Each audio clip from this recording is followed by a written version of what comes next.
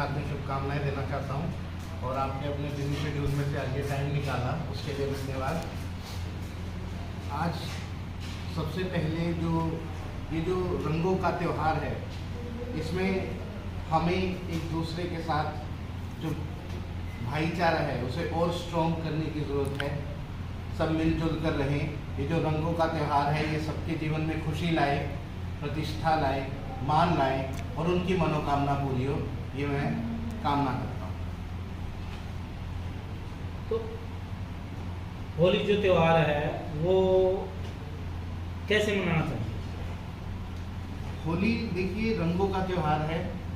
इसमें अगर आप ट्रेडिशनली भी देखें तो गांव में होली मनाई जाती है, फाग मनाया जाता है, सब आपस में एक दूसरे के साथ मिलजुल के रहते हैं, तो वैसे ही मनाना चाहिए। लेकिन अभी हम करंट में देखते हैं तो लोग इस दिन नशा कर लेते हैं, एक दूसरे से लड़ाई झगड़ा करते हैं, उस चीज़ से हमें दूर रहना है।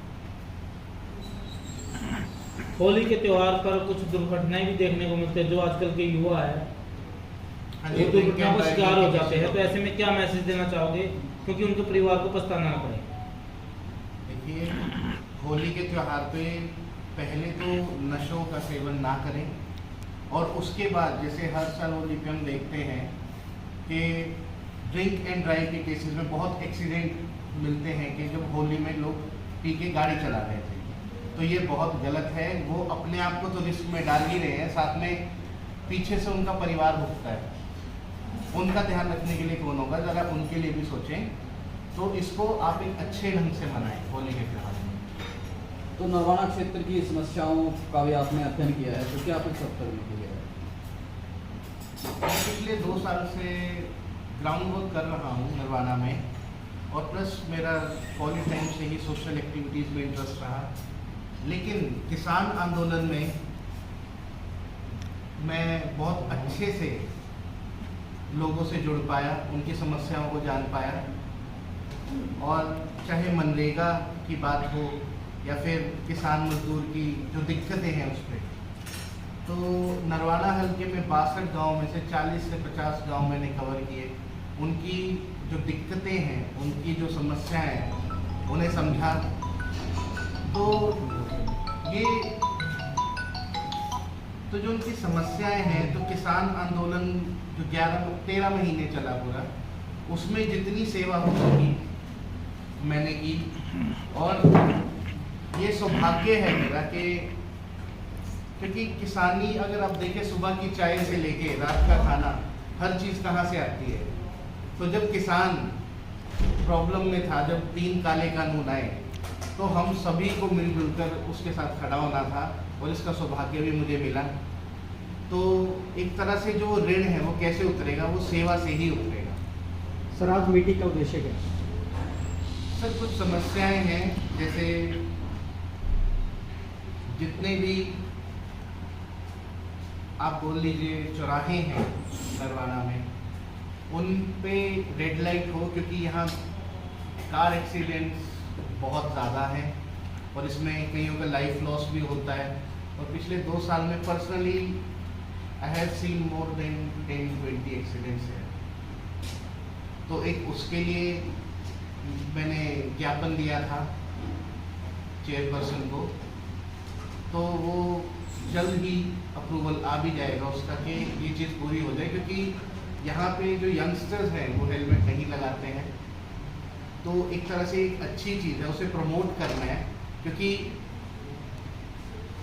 उनको इतनी समझ नहीं है। लेकिन अगर परिवार वाले उनको समझाएं, और कई बार कुछ फोर्सफुल एक्शन भी होता है कि वो ताकि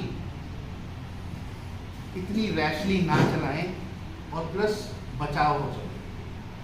और साथ ही में जो मेडिकल फैसिलिटीज़ हैं, जो सिविल हॉस्पिटल है नरवाना, आज के टाइम में जो लोगों की ज़रूरत है वो ये है कि कोई छोटी सी चीज़ के लिए उन्हें या तो हिसार जाना पड़ता है या टोहाना। तो हेल्थ फैसिलिटीज़ इतनी बुरी क्यों है? अगर आप सिटी स्कैन देख लीजिए, नॉर्मल अल्ट्रासाउंड, तो एक गरीब आदमी को वो बाहर से कराना पड़ता है।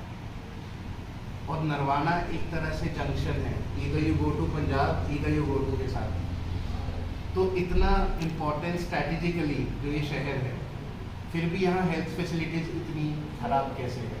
तो लोगों की ये भी आवाज़ है कि हेल्थ फैसिलिटीज़ को अच्छे से किया जाए।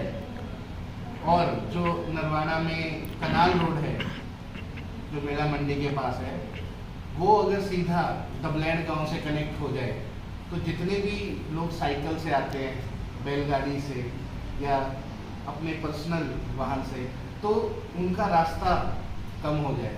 तो उसके लिए एक ज्ञापन हम सांसद जी को देंगे ताकि उससे वो लोगों की समस्या हल जो है, जो उन्हें पूरा घूम के आना पड़ता है, और इसका फ़ायदा कम से कम 5-6 गाँव को होगा। अंकुश जी, आप नरवाना में हर क्षेत्र में जाते हैं, ऐसे में ऐसी क्या गंभीर समस्या देखी आपने जिससे लोग जो है बहुत ज़्यादा परेशान हैं? तो अगर आपको 2024 में लोगों का आशीर्वाद मिलता है, मौका मिलता है, तो सबसे पहले आपको किस समस्या पर ध्यान दें? सबसे मेन प्रॉब्लम ये है कि बेसिक फैसिलिटीज जैसे हेल्थ आप कंसिडर करें, ये नेसेसरी चीज़ें हैं, मूल चीज़ें हैं जो चाहिए होती हैं। अगर उसी के लिए आपको 70-80 किलोमीटर दूर जाना पड़े, आप खुद पर्सनली भी देखेंगे, कई बार किसी का एक्सीडेंट हो जाता है तो उसे बड़े हॉस्पिटल लेके जाते जाते रास्ते में डेथ हो जाती है। तो आज भी ये चीज़ें सुधर क्यों नहीं पाई? क्यों ये इतना पुराना जो सिविल हॉस्पिटल है, कहते हैं सबसे पुराना यही है, इसकी आगे डेवलपमेंट क्यों नहीं हो पाई? यहाँ पे और मशीनें क्यों नहीं आई? यहाँ पे और डॉक्टर्स की ड्यूटी क्यों नहीं लगी? हेल्थ फैसिलिटीज़ क्यों नहीं बढ़ी अच्छे से? अगर ये अच्छी हो जाएगी तो आसपास के जो 62 गाँव हैं उन लोगों को उसका फ़ायदा होगा। ये एक बेसिक चीज़ है। और साथ ही में एजुकेशन को, अगर इन दो चीज़ों को अच्छे से करो तो एक तरह से जो मेंटल प्रेशर है जो लोगों का कि अगर कुछ भी हो गया तो हमें कहाँ जाना पड़ेगा, वो थोड़ा दूर होगा, और जो वो पोटेंशियल है अपना वो ज़्यादा बाहर निकल के आएगा। अंकुश जी, आपको क्या लगता है कि अगर सीवर की समस्या करें तो बहुत ज़्यादा समस्या है नरवाना में? सीवर में अगर समस्या है तो जिसके कारण से पानी रुक जाता है और मच्छर होते हैं, फिर बीमारियों का शिकार होते हैं। तो ऐसे में कहीं ना कहीं जो सीवर से व्यवस्था है वो ठप है पूरे नरवाना। ये सबसे बेसिक फाउंडेशन आप कह सकते हैं जो प्रॉब्लम है।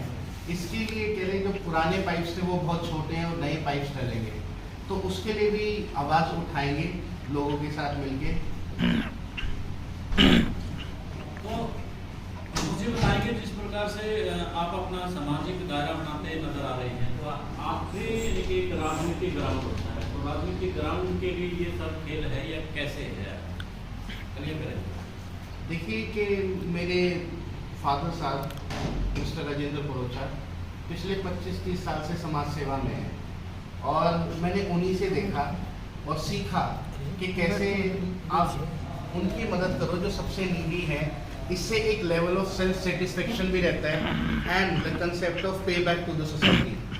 डॉक्टर भीमराव अम्बेडकर ने कहा है कि हम सब चीज़ सोसाइटी से ही लेते हैं, चाहे एजुकेशन हो, खाने के लिए हो। अगर फाइनली आप उस जगह पहुंच जाते हैं उस लेवल पे, तो आपको पे बैक टू द सोसाइटी भी करनी चाहिए। अगर आप इतने पढ़े लिखे हैं, अगर आप धनवान हैं, तो आपको सोसाइटी की भी हेल्प करनी है, कैसे उसे बेटर करना है। तो मैं उसी फिलॉसफी पे चलता हूँ कि कैसे सोसाइटी को बेटर किया जाए। तो अभी जितने भी सामाजिक कार्यक्रम होते हैं उसमें मैं बढ़ चढ़ कर हिस्सा लेता हूँ, और पूरे नरवाना हल्के से बहुत प्यार मिल रहा है, उसके लिए मैं बहुत शुक्रगुजार हूँ। और मैं चाहूँगा ऐसे ही आगे मैं सामाजिक मुद्दों पे सवाल उठाता रहूं, लोगों की आवाज़ बनता रहूं।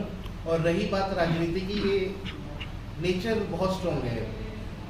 अब नियति आगे जो चाहेगी देखते हैं, क्योंकि सबसे अगर देखा जाए politics is also a main doorstep if you want to do social work. Narwana में एक अवैध कॉलोनियों की भी समस्या है। लोगों ने सरकार ने रजिस्ट्री करके राजस्व कलेक्ट कर लिया है, लेकिन उन कॉलोनियों को अवैध घोषित कर दिया है। क्या इस मामले को भी आपने अपने एजेंडे में शामिल किया है? हम इस चीज़ को भी ज़रूर उठाएंगे, क्योंकि अगर जो लोग पहले से वहाँ रह रहे हैं और अब वो उसकी सीमा में नहीं आता, तो उसके लिए भी आवाज़ उठाएंगे। क्योंकि उनकी रजिस्ट्रियाँ भी हो चुकी है, सरकार को राजस्व भी मिल चुका है। नहीं, ऐसे कुछ जगहें हैं जो उस वक्त ड्रोन के अंदर जैसे मैपिंग हुई थी पूरे शहर की कि कौन सा म्यूनसिपैलिटी के अंदर आएगा, तो कुछ चीज़ें छूट गई थी, वो डिस्क्रिपेंसीज हैं और हर तो उसकी आवाज़ उठानी पड़ेगी। हर 5 या कुछ सालों के अंदर नगर परिषद है जो कमेटी अपना एरिया बढ़ाती है, जैसे जैसे शहर आगे बढ़ता है। शहर ग्रोथ तो करता है। नरवाना में अभी तक काफ़ी साल हो चुके हैं इस बात को, लेकिन नरवाना ने अपना एरिया, नरवाना की कमेटी ने अपना एरिया नहीं बढ़ाया। इस मामले को भी लेकर आप कुछ कहें। अगर आपकी बेसिक प्रॉब्लम्स की जैसे सीवरेज, हेल्थ फैसिलिटीज़ हैं, तो वो ग्रोथ थोड़ी डिलेड हो जाती है, एक हाँ। डिलेड ग्रेटिफिकेशन होती है। हम्म, तो इसी चीज़ को अगर हम देखें, जब बेसिक चीज़ों में ही इतनी प्रॉब्लम है, तो आप बात कर रहे ग्रोथ की, एक कहते ग्रोथ पोल थ्योरी होती है, सेंट्रल पोल थ्योरी, काफ़ी सारी थ्योरीज हैं कि कैसे एक शहर बड़ा बनता है, उसका विस्तार कैसे होगा। लेकिन यहाँ से तो लोग बाहर जा रहे हैं, चाहे वो काम की तलाश में हो, चाहे हेल्थ फैसिलिटीज हो, चाहे एजुकेशन हो। अगर यही चीज़ें यहाँ मिलेगी तब शहर ग्रोथ होगा। तब शहर ग्रोथ हो। लास्ट में क्या होली पर आप मैसेज देना चाहोगे दर्शकों को? होली पे मैं आप ही सब पूरे पत्रकार उद्यान मंच को अपनी दिल की गहराइयों से होली की हार्दिक शुभकामनाएं देता हूँ, और पूरे नरवाना वासियों को होली की ढेरों शुभकामनाएं देता हूँ। धन्यवाद। धन्यवाद सर।